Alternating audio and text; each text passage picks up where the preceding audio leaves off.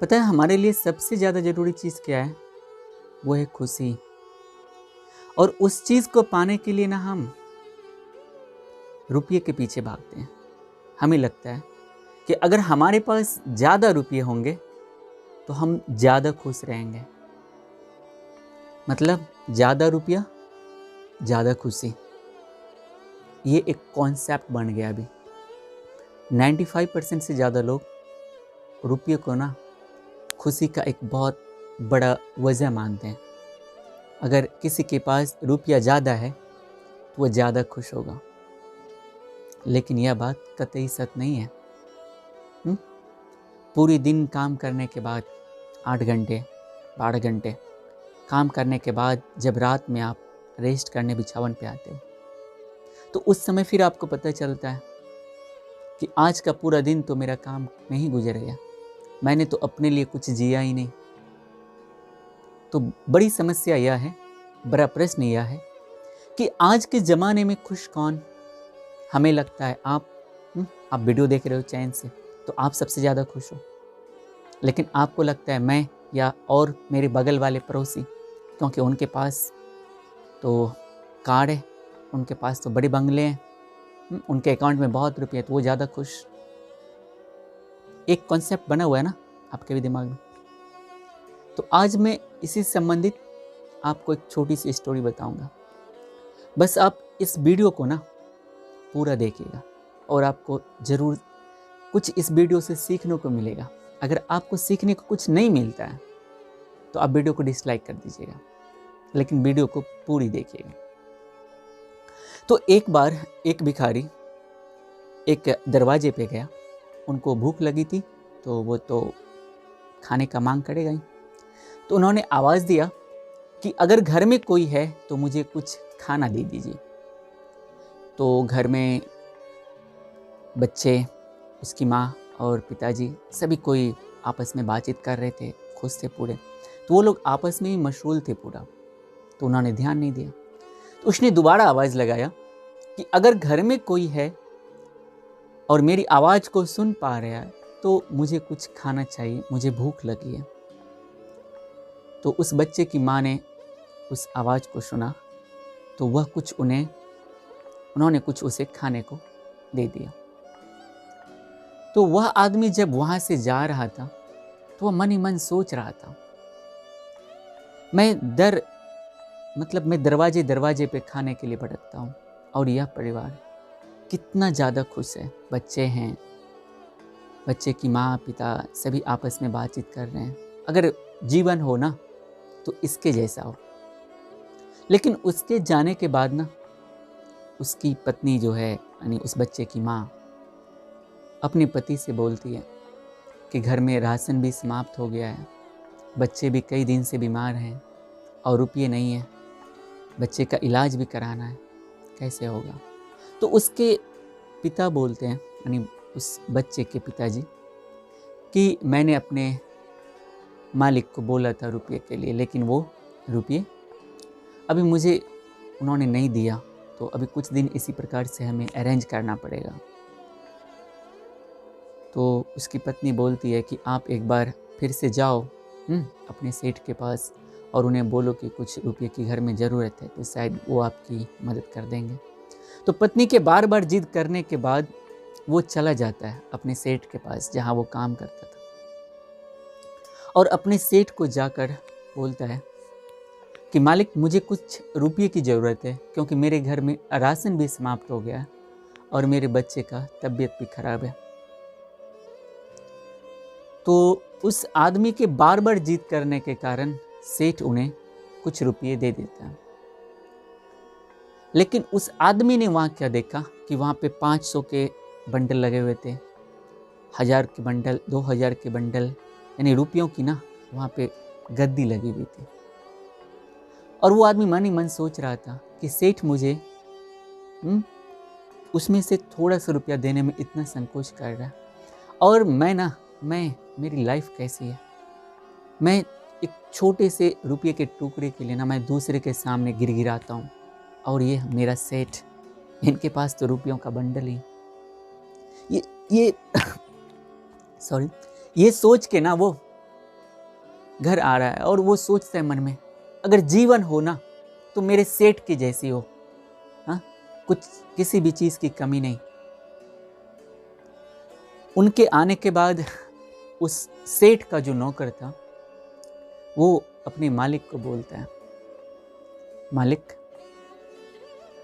हमारे गोदाम में जो बोरियां लगी हुई थी ना सामानों का, उसमें दीमक लग गया बहुत सारा और हमारे 10 से 15 बोरियां समाप्त हो गए हैं। मतलब दीमक ने खा लिया है और खराब हो गया बहुत सारा। तो एक अंदाजा है कि हमें लाखों का नुकसान लग रहा है उनसे हो गया है। तो अब थोड़ा सा वो सेठ जो था ना, अब वो संकोच में पड़ गया, हाँ, कि इतने सारे रुपये का नुकसान। तो दूसरा नौकर आया उसके पास और बोला, मालिक, आपके नाम का ना एक इनविटेशन आया हुआ है, आपको जो बड़े सेठ साहब है ना उनके यहाँ जाना है। तो बोला ठीक है, निकालो गाड़ी, चलते हैं।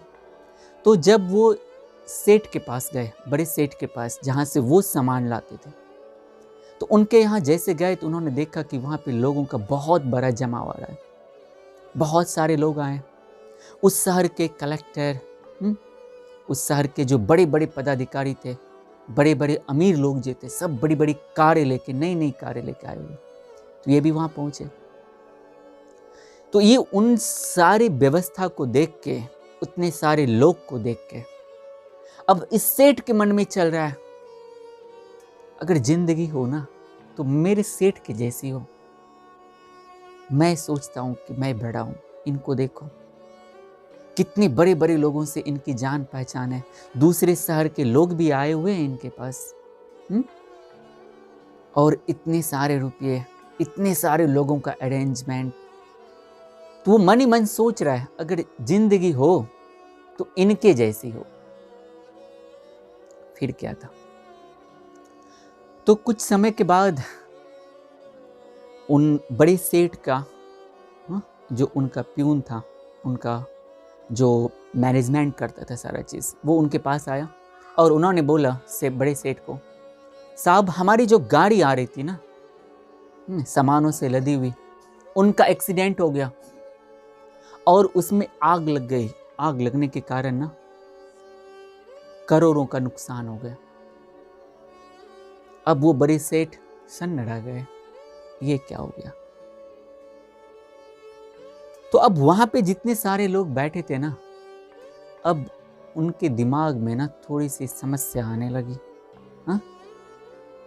क्योंकि वो दो जना तो बैठ के पहले यही सोच रहे थे कि सबसे ज्यादा खुश आप हैं, और उनको लग रहा था, ये वाले को, आदमी को लग रहा था कि मेरा सेठ है। लेकिन अब बड़े सेठ ने देखा अपने बालकनी से, जब वो लोग घूम रहे थे, उन्होंने देखा कि बाहर एक आदमी ना मस्त गाते हुए पूरा मगन में, हाँ, वो जा रहा है, पूरा मगन में गाते हुए जा रहा है।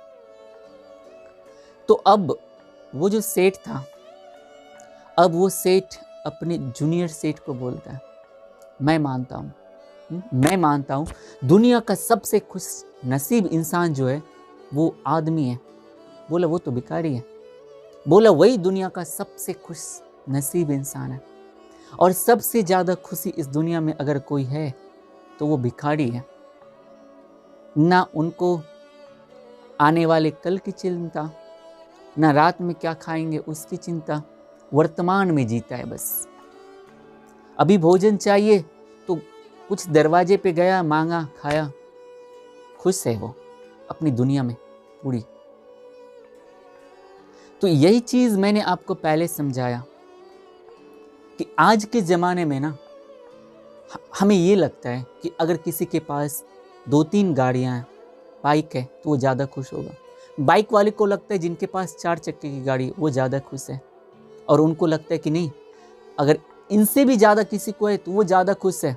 एक्चुअली कोई खुश नहीं है, पूरी दुनिया ना बस रुपये के पीछे भागे जा रही है। खुश आप हैं सबसे ज़्यादा, आप सबसे ज़्यादा खुश इंसान हैं। और खुश रहने का सबसे आसान तरीका यही है कि आपके पास जो है बस उस चीज़ में आप सेटिस्फिक्शन ढूंढिए, अपने आप को संतुष्ट रखिए, आपको बहुत मज़ा आएगा, आपको बहुत ज़्यादा। और रियल जिंदगी जो है ना, ये जीवन जो है, ये वर्तमान में ही जीने का मज़ा है इसमें। जो इस वर्तमान में जीना शुरू कर देना, उनसे ज़्यादा खुश कोई नहीं हो सकता। तो आप जैसे हैं खुश रहिए, और आपके पास जो भी भगवान ने दिया है कोशिश कीजिए उनसे, और दूसरों का भी भला हो सके, दूसरों की मदद हो सके, तो ऊपर वाला ज़रूर आपकी और ज़्यादा मदद करेगा। मुझे उम्मीद है आपको ये चीज़ समझ में आया होगा।